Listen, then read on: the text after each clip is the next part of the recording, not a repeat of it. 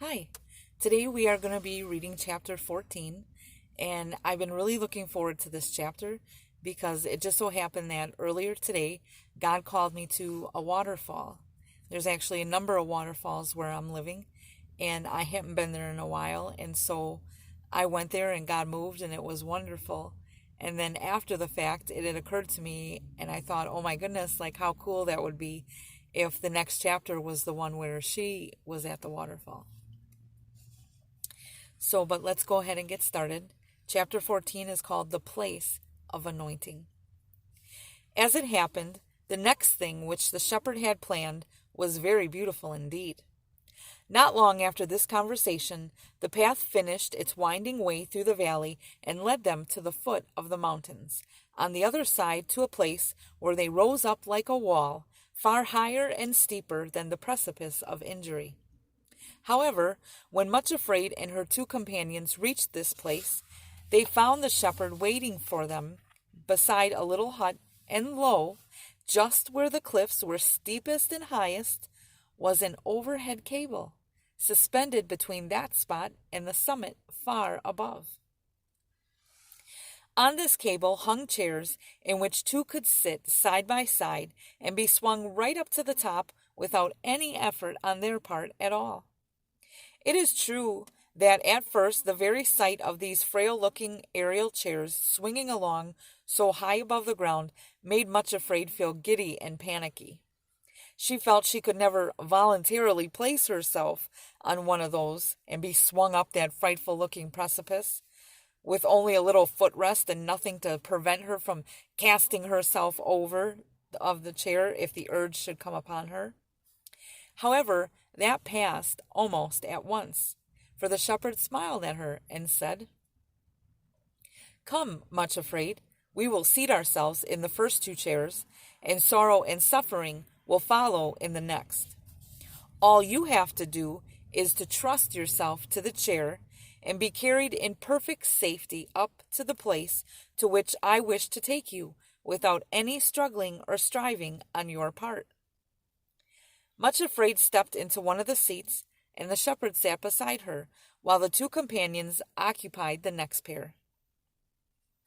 In a minute they were moving smoothly and steadily toward the high places, which had looked so impossibly out of reach, supported entirely from above, and with nothing to do but rest and enjoy the marvelous view. Though the chairs swung a little in places, they felt no giddiness at all, but went upward and still upward, until the valley down below looked like a little green carpet, and the gleaming white peaks of the kingdom of love towered around and above them. Soon they were far above the place to which they had climbed on the mountains opposite, and they still swung along. When at last they stepped out of the aerial chairs, they were in a place more beautiful than anything Much Afraid had ever seen before. For though these were not the real high places of the kingdom of love, they had reached the borderland. All around were Alps with grassy meadows, almost smothered in flowers. Little streams gurgled and splashed between banks of kingcups, while buttercups and cowslips, violets, and all other kinds carpeted the ground. All clumps of delicate flowers in vivid clusters all over the fields, glowing bright as gems, more blue than sky at midday, looking like jewels on a royal robe. Above were peaks of pure white snow, which towered up into a cloudless sky like a roof of sapphire and turquoise. The sun shone so brilliantly, it almost seemed that one could see the flowers pushing their way up through the earth and unfolding themselves to receive the glory of its rays. Cowbells and goat bells sounded in every direction, and a multitude of bird notes filled the air. But above the rest was one voice louder and more dominant than them all, and which seemed to fill the whole region. Oh my goodness. Here we go. Wow. It was the voice of a mighty waterfall. Huh. Praise God. Leaping down another great cliff which towered above them. Hallelujah. That's so awesome. Whose rushing waters sprang from the snows and the high places themselves. It was so unspeakably lovely that neither Much Afraid nor her companions could utter a word, but stood drawing deep breaths and filling their lungs with the spicy pine-scented mountain air. As they wandered forward, they stooped down at every other step, gently touching the jewel-like flowers or dabbling their fingers in the splashing brooks. Sometimes they just stood still amid the profusion of shining beauty around them, and laughed aloud with pure joy. The shepherd led them across meadows where the warm scented grass grew nearly waist high, toward the mighty waterfall. That's so awesome. At the foot of the cliffs, they found themselves standing in cool shadows with a light spray, sometimes splashing their faces, and there the shepherd bade them stand and look up. There stood Much Afraid, a tiny figure at the foot of the mighty cliffs, looking up at the great, never-ending rush of waters as they cast themselves down from the high places. She thought that never before had she seen anything so majestic or so terrifyingly lovely. The height of the rocky lip over which the waters cast themselves, to be dashed in pieces on the rocks below, almost terrified her. And I stood at the top of the waterfall too, and it was so awesome because today, though I've been there plenty of times, this was the first time that I actually went into the water, and I got wet. I was in the falls themselves, and I got pictures looking up. And so this is so awesome. This is so awesome. It was the first time today. At the foot of the fall, the thunderous voice of the waters seemed almost deafening, but it seemed also to be filled with meaning, grand and awesome, beautiful beyond expression. As she listened, Much Afraid realized that she was hearing the full, majestic harmonies. The whole orchestra, as it were, playing the original of the theme song which all the little streamlets had sung far below in the valley of humiliation. Now, though, it was uttered by thousands upon thousands of voices, but with grander harmonies than anything down in the valley, yet still it was the same song. And it said, "From the heights we leap and go to the valleys down below, always answering to the call to the lowest place of all." "Much Afraid," said the shepherd's voice in her ear, "what do you think of this fall of great waters in their abandonment of self-giving?" She trembled a little as she answered, I think they are beautiful and terrible beyond anything which I have ever saw before." "Why terrible?" he asked.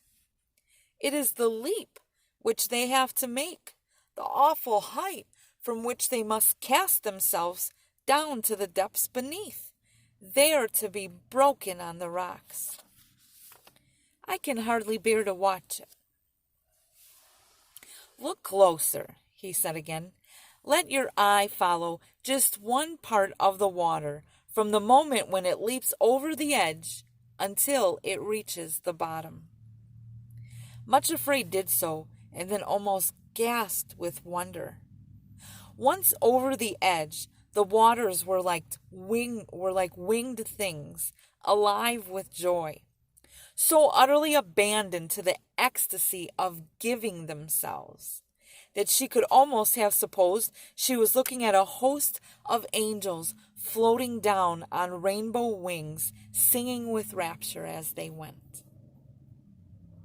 She gazed and gazed, and then said, "It looks as though they think it is the loveliest movement in all the world, as though to cast oneself down is to abandon oneself to ecstasy and joy indescribable."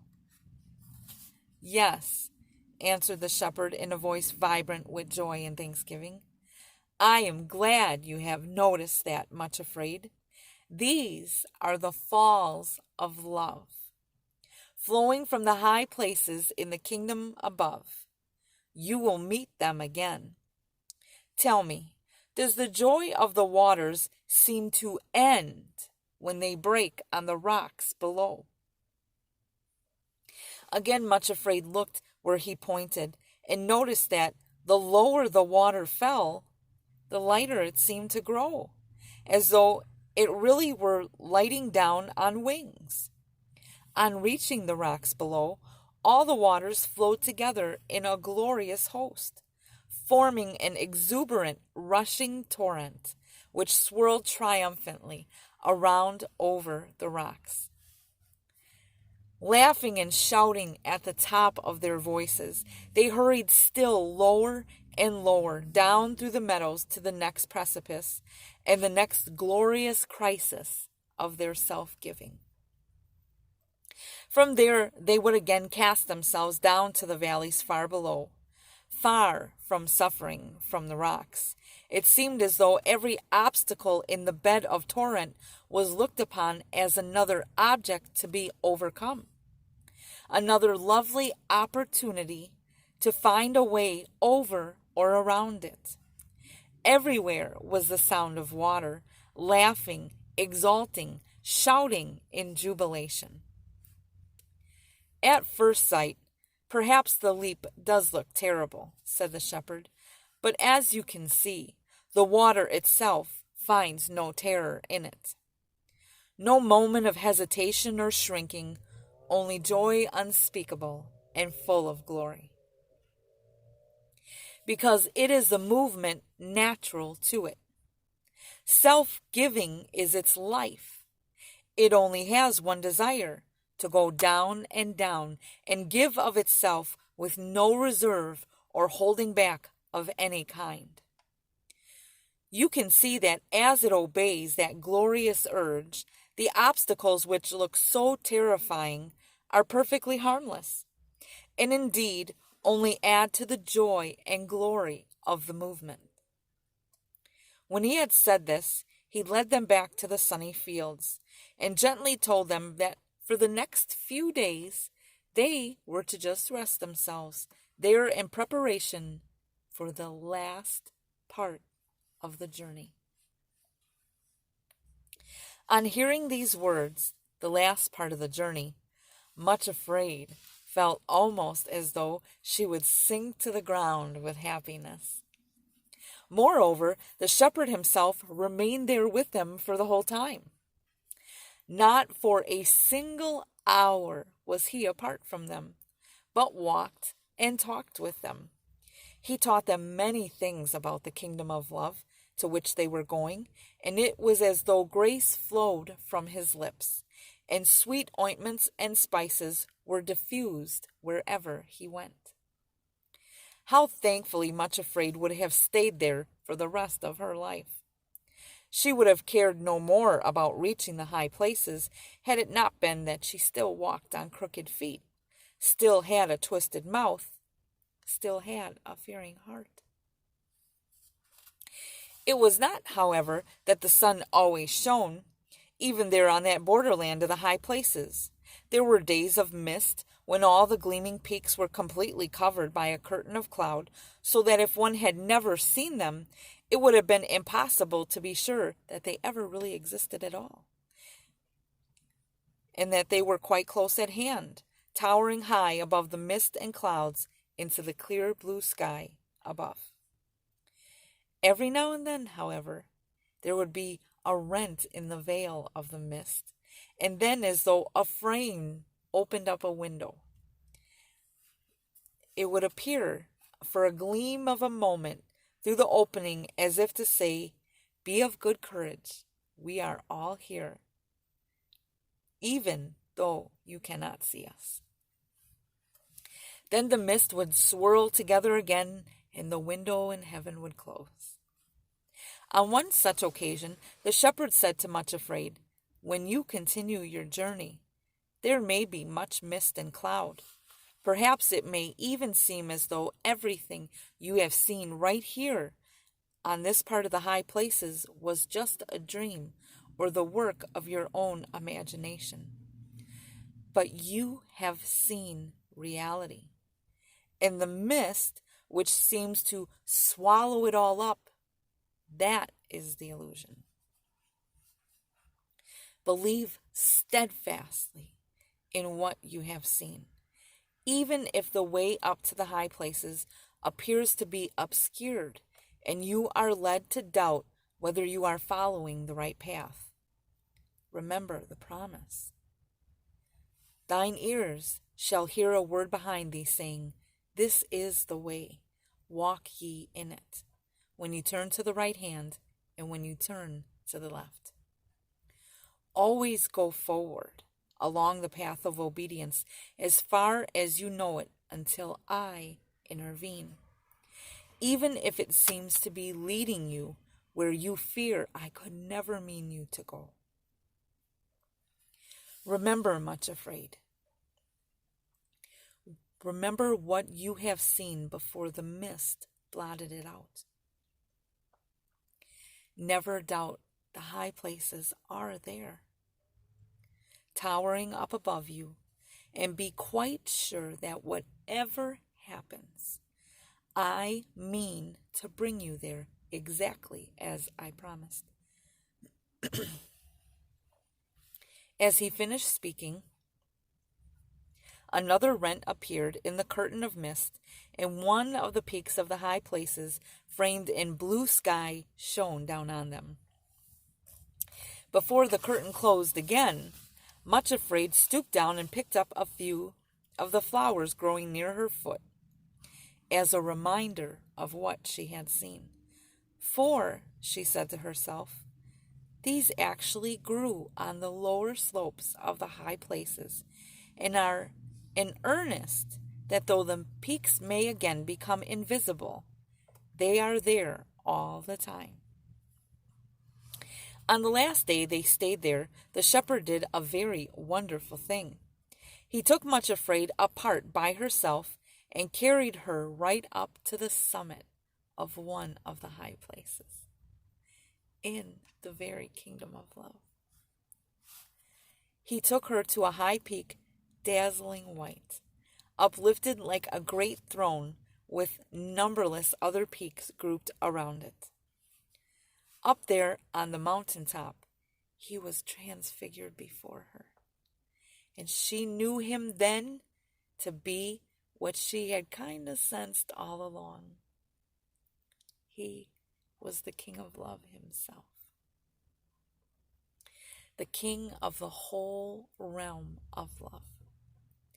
He was clothed in a white garment glistening in its purity, but over it he wore a robe of purple and blue and scarlet, studded with gold and precious stones.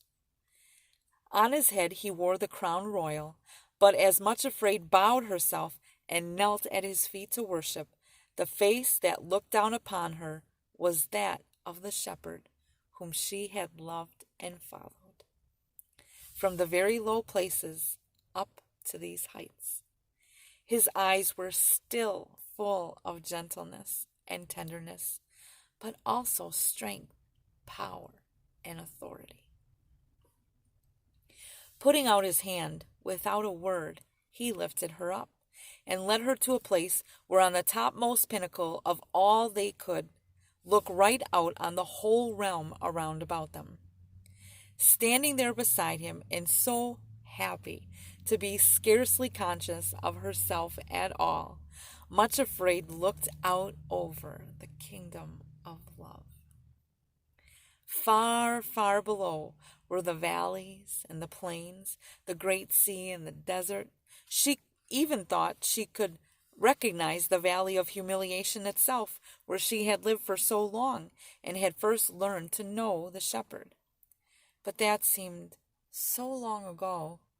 It was like remembering another existence altogether. All around her in every direction were the snowy peaks of the high places. She could see that the bases of all these mountains were extremely precipitous, and that higher up they were all clothed with forests. Then the green slopes of the higher Alps, and then the snow. Wherever she looked, the slopes at that season of the year were covered with pure white flowers, through whose half-transparent petals the sun shone, turning them to burning whiteness. In the heart of each flower was a crown of pure gold. These white-robed hosts scented the slopes of the high places with a perfume sweeter than any she had ever breathed before. All had their faces and golden crowns turned down the mountains as if looking at the valleys, multitudes upon multitudes of them, which no man could number, like a great cloud of witnesses, all stooping forward to watch what was going on in the world below. Wherever the king and his companion walked, these white-robed flowers bowed beneath their feet and rose again, buoyant and unsullied, but exuding a perfume richer and sweeter than before. On the utmost pinnacle to which he led her was an altar of pure gold, flashing in the sun with such splendor that she could not look at it, but had to turn her eye away at once, though she did perceive that a fire burned on it, and a cloud of smoke perfumed with incense rose from it. Then the king told her to kneel, and with a pair of golden tongs brought a piece of burning coal from off the altar. Touching her with it, he said, "Lo, this hath touched thy lips, and thine iniquity is taken away, and thy sin purged." Isaiah 6 and 7. It seemed to her that a burning flame of fire, too beautiful and too terrible to bear, went through her whole being, and much afraid, lost consciousness and remembered no more. When she recovered, she found that the shepherd was carrying her in his arms, and they were back on the lower slopes of the borderland.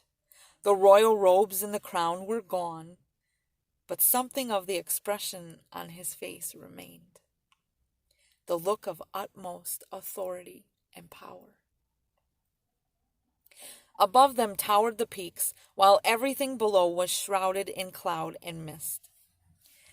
When he found that she was sufficiently recovered, the shepherd took her by the hand, and they walked together down into the white mist through a little wood where the trees were scarcely visible, and there was no sound but drops of water splashing on to the ground. When in the middle of the wood a bird burst into song. They could not see it because of the mist, but high and clear and indescribably sweet the birds sang, and called the same series of little notes over and over again. They seemed to form a phrase constantly repeated, always with a higher chirrup at the end, which sounded just like a little chuckling laugh. It seemed to Much Afraid that this was the song the bird was singing, and it went, "He's gotten the victory! Hooray! He's gotten the victory! Hooray!" The wood rang with the jubilant notes, and they both stood still among the dripping trees to listen. "Much Afraid," the shepherd said, "you have had a glimpse of the kingdom into which I'm going to bring you. Tomorrow, you and your companions will start on the last part of your journey, which will bring you there." Then, with wonderful tenderness, he spoke words which seemed too glorious to be true. "Thou hast a little strength, and has kept my word, and has not denied my name. Behold, I will make thine enemies to come and worship before you. and to know that I have loved you. Behold, I come quickly. Hold fast to what you have, so that no one takes your crown. And she that overcomes, I will make a pillar in the temple of my God, and she shall go out no more.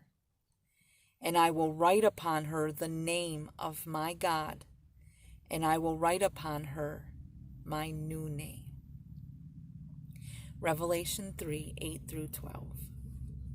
It was then that Much Afraid took courage to ask him something she never dared ask before.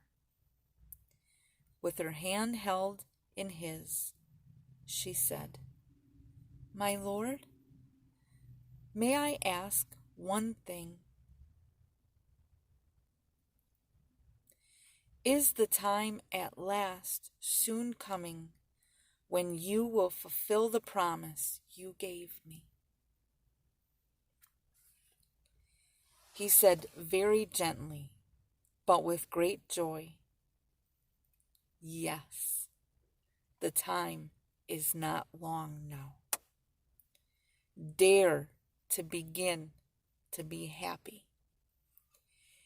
If you will go forward in the way before you, you will soon receive the promise, and I will give you your heart's desire. It is not long now, Much Afraid." They stood in the mist-filled wood. She trembled with hope, and unable to say a word, worshiping and wondering if she had seen a vision or if this thing had actually happened. Upon his face was a look which she would not have understood even if she had seen it. But she was too dazed with happiness even to look at him. High over the dripping trees, the little birds sang his jubilant song, "He's gotten the victory!" And then in bursts of trills and chuckles, "Hooray, hooray, hooray!" A little later they were down in the meadows where Sorrow and her sister were waiting for their return. It was time to go forward on the journey.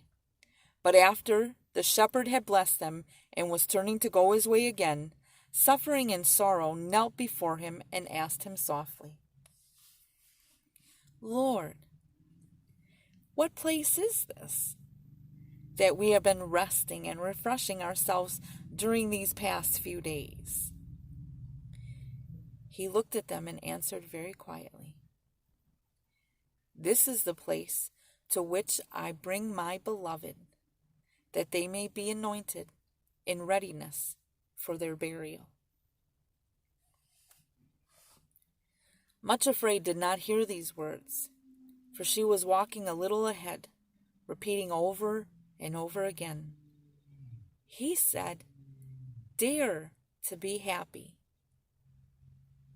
For the time is not long now, and I will give you your heart's desire." And that is the chapter. I hope you have a great night. Thank you.